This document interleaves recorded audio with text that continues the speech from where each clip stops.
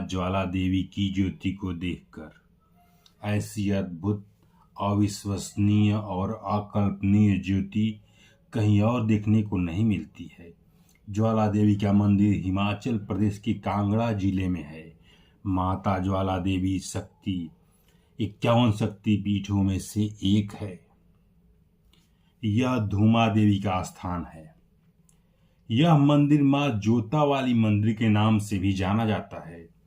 पौराणिक मान्यताओं के अनुसार इस स्थान पर माता सती की जीभ गिरी थी। यहाँ माता ज्वाला के रूप में विराजमान है और भगवान शिव यहाँ उन्मत्त भैरव के रूप में स्थित हैं। इस मंदिर का चमत्कार यह है कि यहाँ पृथ्वी के गर्भ से निकल रही 9 ज्वाला की पूजा की जाती है। आज तक ये रहस्य कोई नहीं जान पाया है कि आखिर यह ज्वाला यहाँ से कैसे निकल रही है। ज्वाला देवी मंदिर में बिना तेल और बाती के 9 ज्योति जल रही है, जो देवी माता के 9 स्वरूपों का प्रतीक है। मंदिर में भगवती के दर्शन 9 ज्योति के रूप में होते हैं, जिनके नाम क्रमशः महाकाली, महालक्ष्मी, महासरस्वती, हिंगलाज भवानी, विंध्यवासिनी, अन्नपूर्णा, चंडी देवी, अंजना देवी और अंबिका देवी है। ज्वाला देवी का मंदिर युगों से एक तीर्थ स्थल है। इस मंदिर का निर्माण सबसे पहले राजा भूमिचंद ने करवाया था।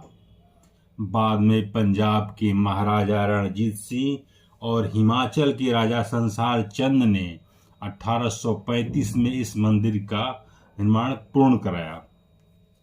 ज्वाला देवी मंदिर को लेकर ध्यानु भक्ति की कहानी जो है बहुत प्रसिद्ध है।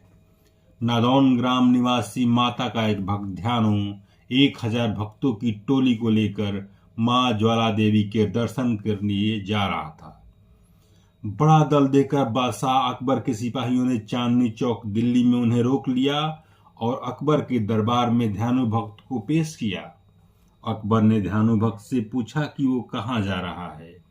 तब ध्यानु भक्त ने बताया कि वो ज्वाला माता के दर्शन करने जा रहा है। ध्यानु ने ज्वाला देवी की अपार शक्ति और महिमा के बारे में अकबर को बतलाया। तब ध्यानु भक्त की बातों पर अकबर को विश्वास नहीं हुआ और अकबर ने घोड़े का सिर काटकर ध्यानु भक्त से कहा कि अगर ज्वाला मां में शक्ति है तो वो घोड़े का सिर जोड़ कर दिखाए। ध्यानु यह बात सुनकर पहले तो घबराया, फिर 1 माह का मोहलत मांगकर 1 माह की अवधि तक घोड़े का सर व धड़ सुरक्षित रखने की प्रार्थना की। अकबर ने ध्यानु भक्त की बात मान ली। यात्रा की अनुमति भी मिल गई। बादशाह से विदा लेकर ध्यानु भक्त अपने साथियों सहित माता के दरबार में जा उपस्थित हुआ। स्नान एवं पूजा करने के बाद ध्यानु ने रात भर जागरण किया। प्रातः काल आरती के समय ध्यानु ने हाथ जोड़कर प्रार्थना की। उन्होंने कहा, हे मातेश्वरी, आप तो अंतर्यामी हैं। बादशाह मेरी भक्ति की परीक्षा ले रहा है।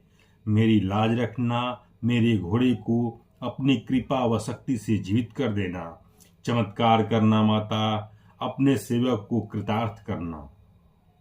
यदि आप मेरी प्रार्थना स्वीकार नहीं करेंगी तो मैं भी अपना सर काट कर आपके चरणों में अर्पित कर दूंगा।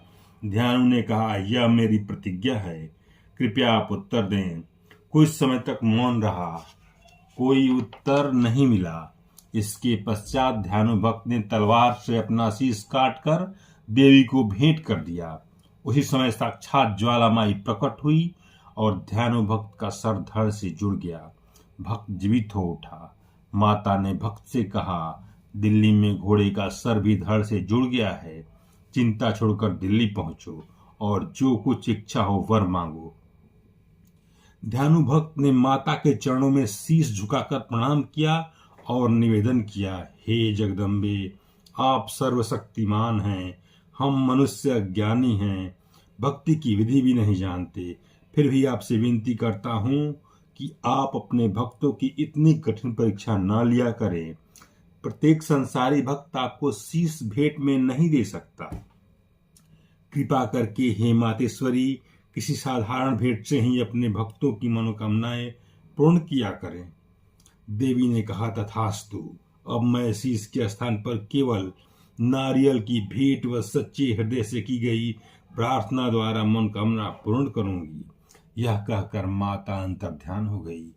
इधर तो यह घटना घटी, उधर दिल्ली में जब मृत घोड़े का सर व धड़ माता की कृपा से अपने आप जुड़ गए और वो जीवित हो उठा, तो सब दरबारियों सहित बादशाह अकबर आश्चर्य में डूब गए। बादशाह ने अपने सिपाहियों को ज्वालाजी भेजा। कहा जाता है कि अकबर के सैनिकों ने माता की पवित्र ज्योति को बुझाने के लिए ज्योति के ऊपर लोहे के मोटे मोटे तवे रखवा दिए, परंतु दिव्य ज्योति तवे फाड़कर ऊपर निकल आई। इसके बाद एक नहर का बहाव ज्वाला देवी की ज्योति की तरफ मोड़ दिया, जिससे नहर का पानी ज्योति के ऊपर गिरता रहे। फिर भी ज्योतियों का जलना बंद नहीं हुआ। शाही सिपाहियों ने अकबर को सूचना दी। यह समाचार पाकर बादशाह अकबर ने दरबार के विद्वानों से परामर्श किया। विद्वानों ने विचार करके कहा कि आप स्वयं जाकर दैवी चमत्कार देखें तथा भेंट चढ़ाकर देवी माता को प्रसन्न करें। अकबर ने विद्वानों की बात मान ली।